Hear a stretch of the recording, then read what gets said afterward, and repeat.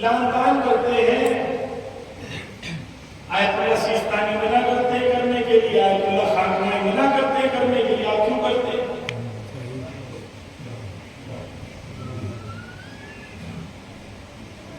تب اللہ ہمارے دین میں ہے, ہمارے دین میں ہے. لیکن اگر اہل سنت ہیں, یہ ریکارڈ ہو رہا ہے, اب ہمارا حرام ہے. آپ کو لگ رہا ہے آپ مستحب کام کر رہے ہیں, مراجع کہہ رہے حرام کام ہے. اہل سنت کی تقدس کی توہین کرنا. آیت اللہ بہجت کہتی ہے کہ اگر تم نے کہیں پر ایسا کیا اور اس کی وجہ سے کہیں اور جنگ ہوئی اور کوئی مارا گیا, روز قیامت تم کو قاتلوں کے ساتھ مارا جائے.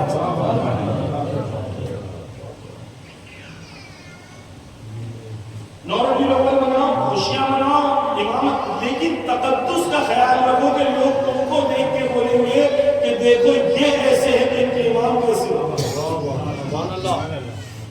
تقدس کا خیال کرو. تم امام کے سپاہی بن کے جاؤ. جس طریقے سے امام بوریاں بھر کے کھانا پہنچاتے تھے غریبوں کو, اس طریقے سے غریبوں کو کھانا پہنچاؤ. اور میرے امام بھی یہی کرتے تھے, ان کی سیرت یہ ہے. دیکھو جو امام کے قریب آئیں گے کہ دور جائیں گے. تیسری چیز جو ہم دعائے آیت میں پڑھتے ہیں, ذابینا. ہم کہتے ہیں مولا ہم وہ ہیں جو آپ کا دفاع کریں گے, پروٹیکٹ کریں گے آپ کو. توجہ کیجئے, امام کا کام, غور سے سنیے, امام کا کام ہوتا ہے, شروع سے بتاتا ہوں, اللہ کا کام ہے دین بھیجنا, نبی کا کام ہے شریعت کو پہنچانا, اہل بیت کا کام, امام کا کام ہے شریعت کو بچانا, امت کا کام ہے امام کو بچانا.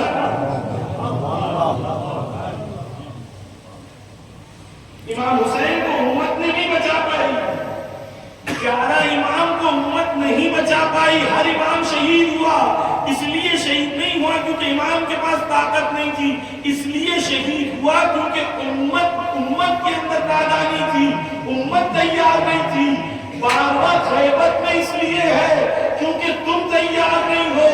جس دن تم امام کے دفاع کو تیار ہو جاؤ گے تب امام آئیں گے.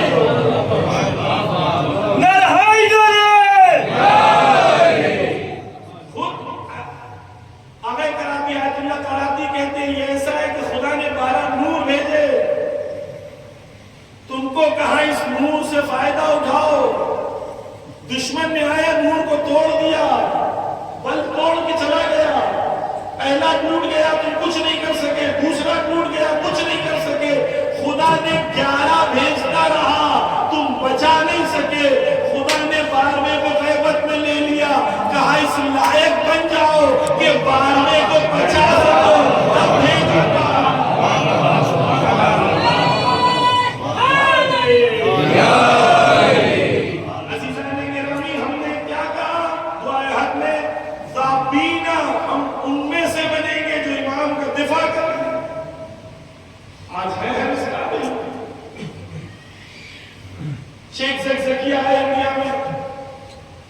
اتنی بڑی امت, 6 کروڑ کی امت,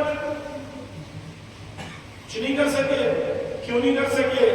کیونکہ ہم نے اپنا رول اس طریقے سے نہیں بنایا کہ ہمیں دفاع کرنا ہے. ذابینا کہ ہم عہد کرتے ہیں امام سے,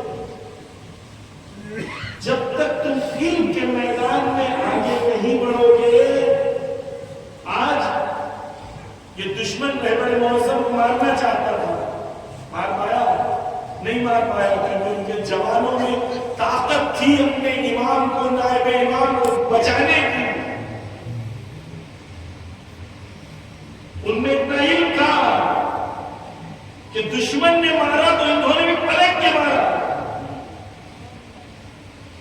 کل ویڈیو ریلیز ہوا, اس میں بتایا کہ جب انہوں نے پلٹ کے مارا تو ان کے پاس جو پائلٹ آئے تھے ایران میں جنہوں نے بم گرایا، ان کے پاس سب کا نام، ہاؤس، لوکیشن، کتنے فیملی میں لوگ رہتے ہیں، بچے کتنے، سب کی ڈیٹیلز نکالی 12 دنوں کے اندر، اور ہر ایک پائلٹ کے گھر کو ایران نے تباہ کر دیا ایکوریسی کے ساتھ۔ کہاں سے آیا؟ یہ علم سے۔ میں امام کا سپاہی کب بنوں گا؟ دابینوں میں سے کب بنوں گا؟ جب امام کی دفاع کرنے کی صلاحیت پیدا کرے۔ نافع بن ہلال شب عاشور کو امام کے پاس آتے ہیں، امام ان سے پوچھتے ہیں، امام کہتے ہیں نافع تم یہاں سے چلے ہوئے شب عاشور کو۔ نافع کہتے ہیں مولا نہیں جاؤں، کہتے چلے ہوئے نہیں جاؤں گا مولا۔ توجہ کیجیے، نافع کہتے ہیں مولا اگر میں چلا بھی گیا اور جنت مل بھی گئی اور روز قیامت رسول خدا نے پوچھا کہ میرا نواسا مارا جا رہا تھا، تو کیوں چلا گیا، تو میں کیا جواب دوں گا؟ اگر روز قیامت مجھ سے بیوی پوچھ لے کہ میرا بیٹا جو وقت کا امام تھا تمہیں بار بار بلاتا رہا، تم کیوں نہیں گئے ان کے پاس، کیوں ان کے سپاہی نہیں بنے، تمہیں کیا جواب ہے؟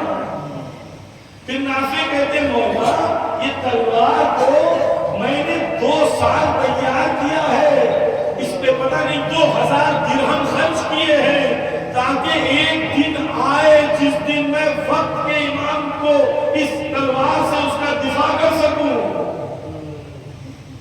میں نے خود ایسے تیاری کی وقت کے امام کے لیے کہ ان کے میدان میں اتنا آگے بڑھ گیا مولا کہ جب آپ آئیں گے تو میں آپ کا دفاع کر پاؤں گا۔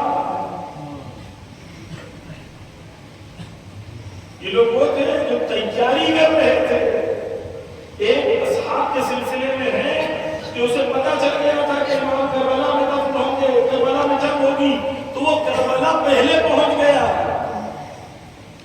ایک اصحاب کے سلسلے میں بصرہ سے آیا تھا، معذور تھا، کربلا وقت سے نہیں پہنچ پایا۔ جب کربلا پہنچا تو دیکھا کہ لوگ جشن منا رہے تھے، اسے لگا حسین جیت گئے، نزدیک جا کے دیکھا تو یہ ملعون جشن منا رہے تھے۔ یہ آگے اس نے حملہ کیا اور اس نے شہادت حاصل کی۔ اس وقت یہ کربلا کا آخری شہید بصرہ سے۔ کربلا وہ لوگ پہنچے جو اپنی جان کو ہتھیلی پہ رکھ کے کھڑے تھے، مولا کیا چاہیے؟ امام زمانہ کا سپاہی وہ بنے گا جو جان کو ہتھیلی پہ رکھ کے کہے گا مولا کیا چاہیے؟ سید حسن نصر اللہ بنے، ایران کے کمانڈرز بنے، حزب اللہ کے جوان بنے، یمن کے جوان بنے۔ کیوں؟ کیونکہ ان کے لیے حق و باطل کی جنگ کے اندر یہ فرق نہیں پڑتا کہ موت ہم پر آ پڑے یا ہم موت پر جا پڑے، کیونکہ سیرت کربلا سے درس لیتے ہیں۔ عزیزان، الوداع کی مجلس وقت کے امام کے لیے خود کو تیار کرنے کی مجلس ہے، کیونکہ 9 ربیع الاول آغاز ہے، آغاز امامت۔ وہ امام جو زندہ ہے، جو مجھے دیکھ رہا ہے، جس کے پاس ہر ہفتے میرا نام اعمال جاتا ہے، وہ میرا نام اعمال دیکھ کے روتا ہے، کہتا بیٹا ایسا کیوں ہو؟ اس امام کی امامت کا آغاز ہے۔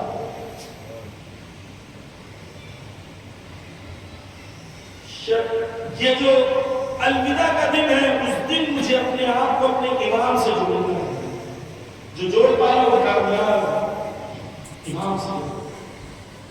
عزیزان، بس یہ کربلا ویلیوز دیتی ہے، دعائے ہر وقت سکھاتی ہے کہ ہم کیسے امام کے ساتھ بنے۔ چوتھی صفت جو ہم دعائے حد میں پڑھتے ہیں، ہم کہتے ہیں مسارعین، خدایا ہمیں ان میں سے قرار دے جو بہت تیزی سے امام کے پاس جاتے ہوں، تیزی سے۔ دیکھیں توجہ کیجیے، جوانوں کبھی کبھی ہمیں لگتا ہے بہت دن ہے، بہت وقت ہے، بات تو کر لیں۔ تیزی پہلی چیز موت کا کسی کو نہیں۔ ایک بہت ہی پیارا بچہ کویت میں تھا جب میں مجلس پڑھنے جاتا تھا، بہت اتنا خوش اخلاق، اتنا دیندار، وہ اذان کرتا تھا، اتنی خوبصورت اذان، اتنا قاری قرآن، 15 سال کا جوان بچہ، خوش اخلاق، مسکرا کر کربلا گیا، زیارت سے آتے میں ایکسیڈنٹ ہو گیا، وہ تو کامیاب ہو گیا کیونکہ وہ حسین کے پاس گیا، لیکن موت کا بھروسہ اب سنتے رہتے ہیں، 30-40 سال کا انسان کا ہارٹ اٹیک ہوا،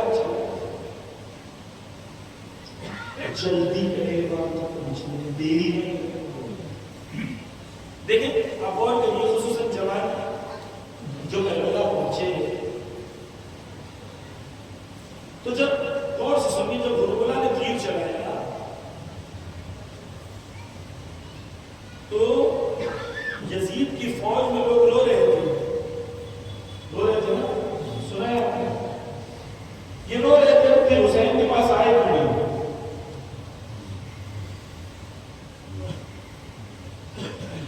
اور اگر حسین سے محبت نہیں تھی تو رو کیوں رہتے؟ یا ظلم سے نفرت نہیں تھی تو رو کیوں رہتے؟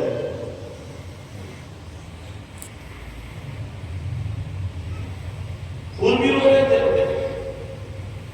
شب عاشور، پھول اپنے آپ سے سوال کر رہے تھے، کہہ رہے تھے مولا میں اپنے آپ کو جب دیکھتا ہوں تو میں ایک چیز دیکھتا ہوں، یہ دیکھتا ہوں کہ اس وقت میں جنت اور جہنم کے بیچ میں، دیکھیں پھول شب عاشور خود کو جنت اور جہنم کے بیچ میں دیکھ رہے تھے۔ یزید کے لشکر میں بہت ایسے تھے جو خود کو جنت اور جہنم کے بیچ میں دیکھ رہے تھے۔ ایک شخص بیوی کا خیمہ جلا رہا ہے اور رو رہا ہے، بیوی پوچھ رہی ہے رو کیوں رہے ہو؟ کہا آپ اہل بیت ہے، اہل بیت کا خیمہ جلا رہا ہوں اس لیے رو رہا ہوں۔ کہتے ہیں اگر جانتے ہو اہل بیت تو جلا کیوں رہے ہو، لوٹ کیوں رہے ہو؟ تو کہتا ہے میں نہیں لوٹوں گا تو کوئی اور لوٹ لے گا، اس سے اچھا میں نہیں لوٹوں گا۔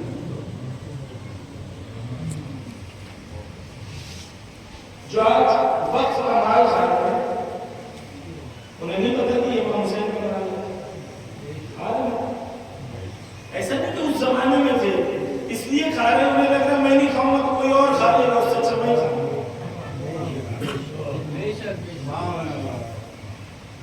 عزیزان گرامی، ہم کبھی کبھی شیطان ہمیں غلط ذہن میں آئیڈیا ڈال دیتا ہے کہ نہیں میں آج کی دنیا نہیں، عزیزان گرامی آج بھی کربلا ہے، آج بھی یزیدیت ہے، آج بھی شمولیت ہے، آج بھی حریت ہے۔ اور کیا کہہ رہے مولا، میں اپنے آپ کو جنت اور جہنم کے بیچ میں پاؤں۔ جوانوں اپنے دل پہ ہاتھ رکھتے ہوئے کیا ہم اپنے آپ کو آج جنت اور جہنم کے بیچ میں نہیں پاتے؟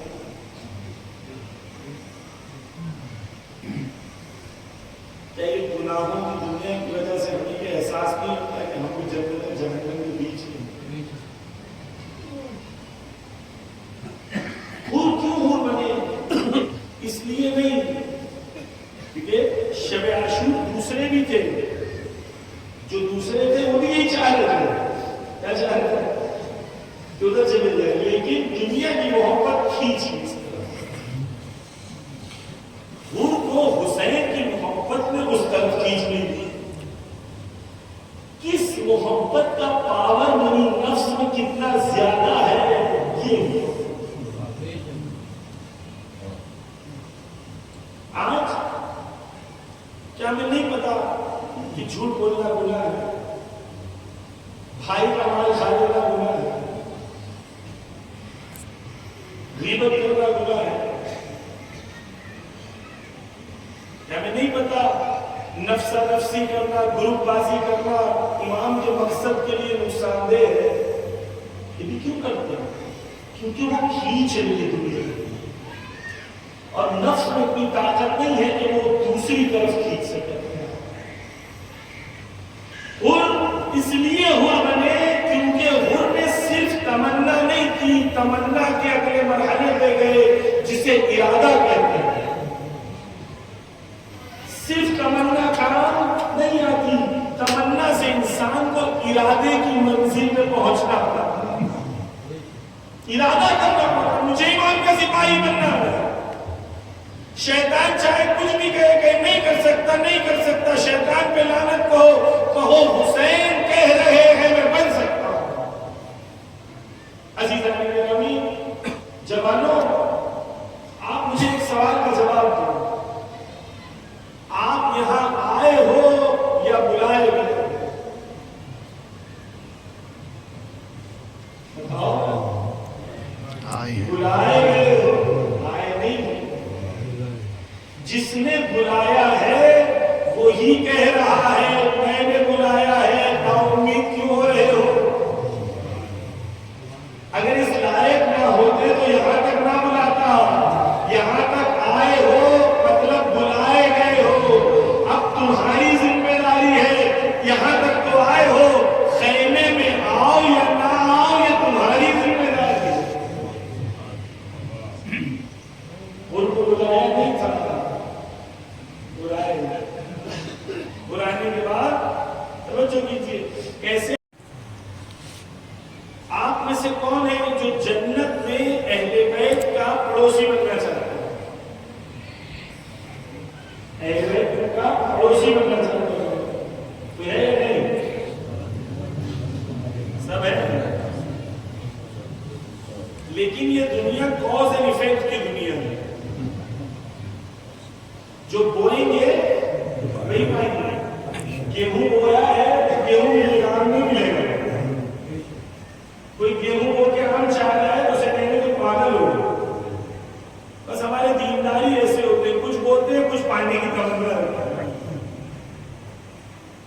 دنیا کاز اینڈ ایفیکٹ. 3 شرطیں معصوم نے کہا یہ 3 شرطیں جس کے اندر ہوں گی وہ جنت میں ہمارے پڑوسی ہوں گے.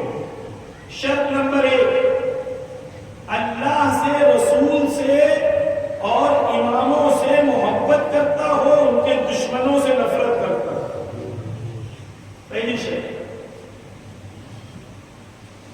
دوسری شرط، اپنے زندگی میں حلال اور حرام کا خیال رکھتا ہو.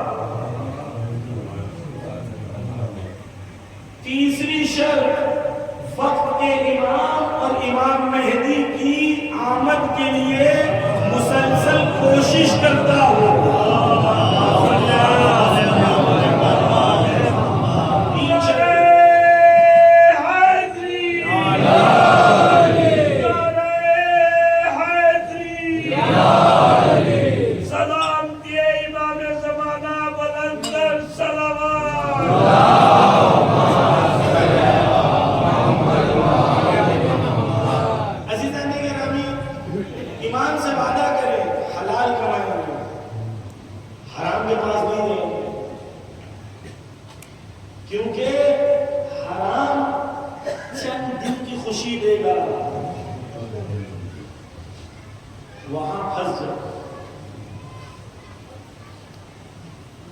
اور چاہتے ہو اہل بیت کے پڑوسی بنے، اس سے بڑا کیا مطلب ہو. بس یہ کون ہوں گے؟ ذابین، مصارعین، دفاع کرنے والے، جلدی فیصلہ کرنے والے، امام کے کاموں میں پہل کرنے والے. یہ ہوں گے امام کے صفات. اور بھی صفتیں ہیں لیکن وقت نہیں ہے. لیکن عزیزان گرامی، زمانے غیبت میں جب تک آپ اور میں نظام سے اور سسٹم سے اور اسلام کے اس کمپلیٹ نظام سے جب تک ہم لوگ جڑیں گے نہیں، جب تک اپنے آپ کو بچا نہیں ہے. نظام سسٹم، اللہ نے شریعت بھیجی نبی کے لیے، پھر امام بھیجے، امام کا کام تھا شریعت کا دفاع کرنا. امام غیبت میں گئے، علماء کا کام تھا شریعت کو لوگوں تک پہنچانا، ائمہ کے بعد یہی نظام دین، اس کے اندر لیڈرشپ رہبری کا کانسیپٹ ختم نہیں ہوا، سسٹم باقی ہے۔ اہل سنت کیا مشکل کیا ہوئی؟ ان لوگوں نے پہلے کہا کہ 4 خلیفہ ہیں، 5 بھی نہیں، 6 بھی نہیں، 7 بھی نہیں، 8 بھی نہیں، کیوں صرف 4؟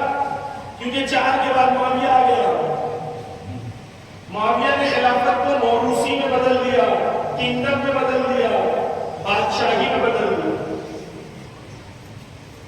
پھر بنی امیہ ختم ہوئے تو بنی عباس آ گئے، بنی عباس نے بھی وہی کنگڈم کے کانسیپٹ کو کنٹینیو کیا۔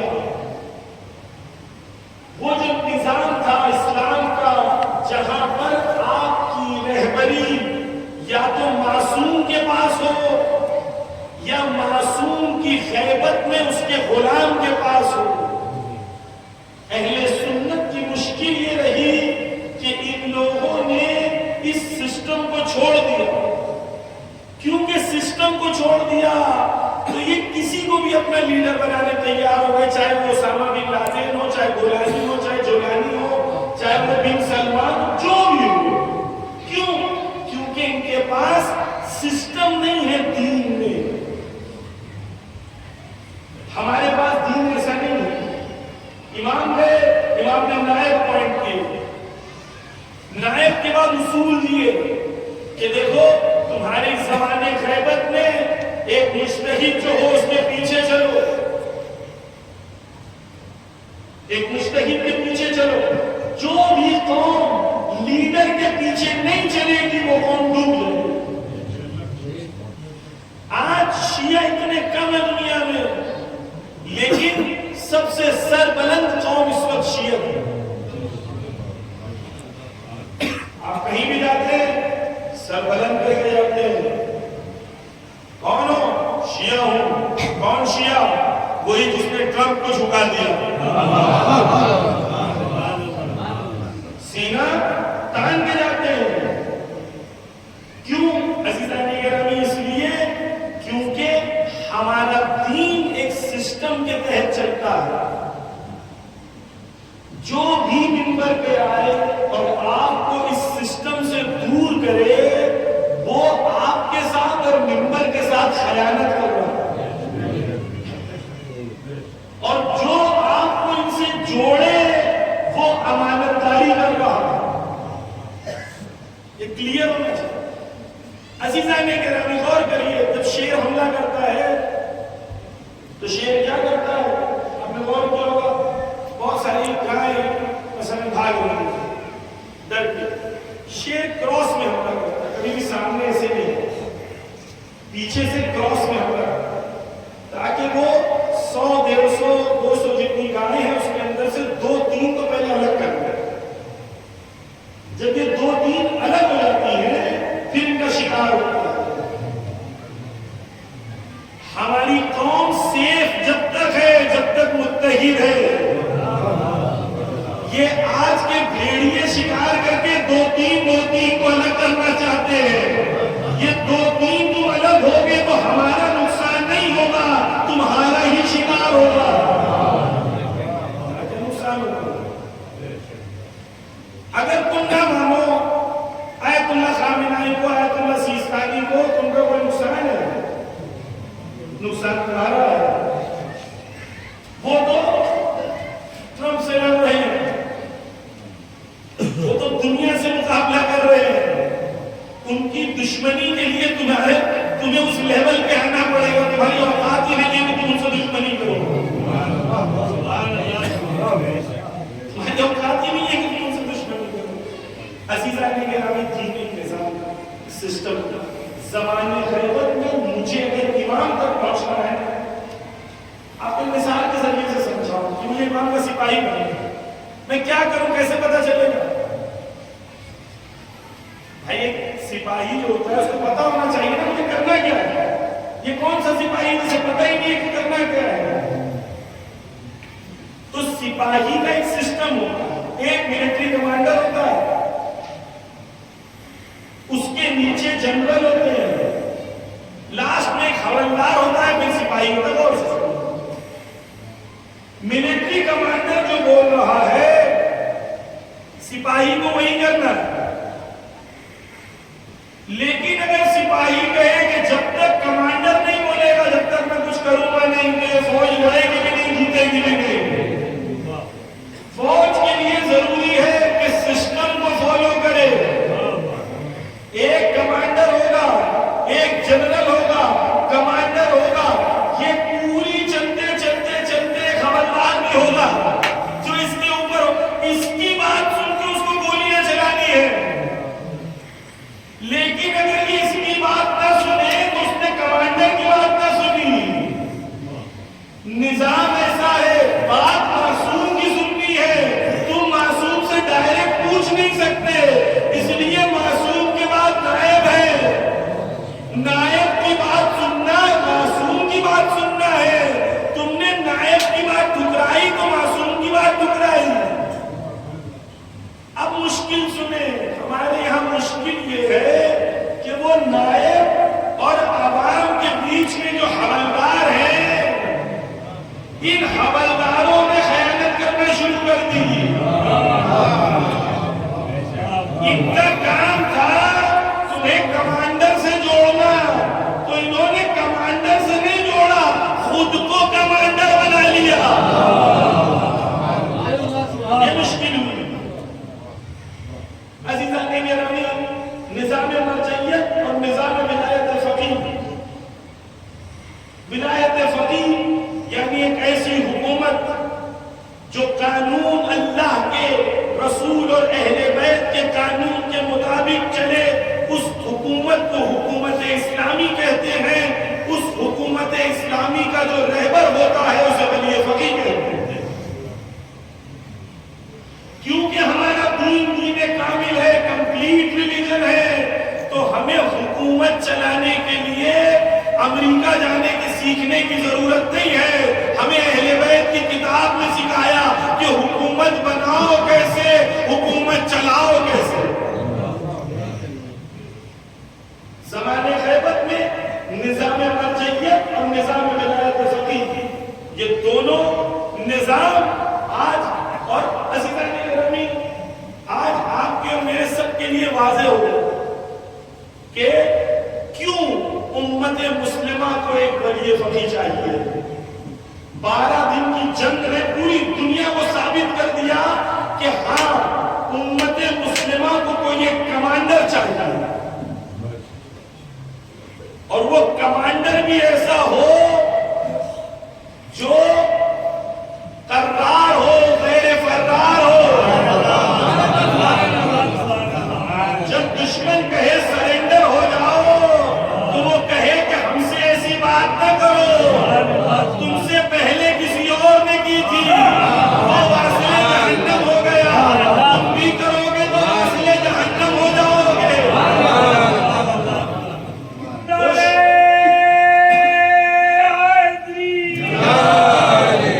وہ شجاع ہونا چاہیے، شجاعت ہونی چاہیے، جب دشمن للکارے تو دوسروں کی طرف بل میں نظر نہ آئے۔ یاد ہے نا صدام کہاں سے ملا تھا؟ بل سے ملا تھا۔ جب اس کو دشمن نے للکارا، ٹرمپ نے کہا کہ بھائی کمپلیٹ سرنڈر، بیعت کر دو، پھر کہا تہران خالی کر دو۔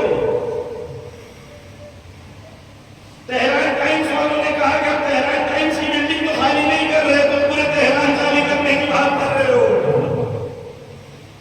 عزیزان گرامی، تاریخ میں پہلی بار ایسا ہوا کہ انہوں نے کہا کہ خالی کر دو، اور پھر مارا، پھر ایران نے کہا، رہبر نے کہا ماریں گے، اور رہبر نے جب مارا اور ایسی میزائل ماری کہ ان کا سب سے بڑا دنیا کا ایئر بیس تباہ ہو گیا۔ اب جب تباہ ہو گیا تو پہلی بار امریکہ کا پریسیڈنٹ کہہ رہے تھینک یو تھینک یو۔ پہلی بار پتا چلا کہ تماچا وہاں کھانے کے بعد بھی کوئی تھینک یو کہتا ہے۔ عزیزان گرامی، یہی شجاعت جو اہل بیت کا درس تھا۔ رہبر نے بتا دیا کہ مجھے شجاعت کہاں سے ملی، انہوں نے کہا چھپ گئے، بل میں چلے گئے، چھپ گئے، بل میں چلے گئے۔ کہا میں جمعہ پڑھانے آ رہا ہوں، اب مارنے کے بعد بھاگتے نہیں ہے۔ بس عزیزان گرامی غور کریے، اب وہ جمعہ پڑھائی جا رہی ہے، شیعوں کی جمعہ کو پوری دنیا لائیو دکھا رہی ہے۔ آپ 10 لاکھ کروڑ بھی خرچ کرتے تو اس طریقے سے تبلیغ نہ ہوتی۔ این ڈی ٹی وی آج تک ہر چینل کہہ رہا ہے ابھی خطبہ ہو رہا ہے، ابھی قنوت پڑھایا جا رہا ہے۔ یہ بات اب غور کریے کیا ہوا، ایک پردہ تھا، سارے نیوز چینل والے نظر پردے پہ تھی، کیونکہ دشمن نے کہا تھا مار دیں گے اگر آئیں گے تو۔ اب چینل والے کہہ رہے پردہ اٹھا، پتہ نہیں آئیں گے نہیں آئیں گے۔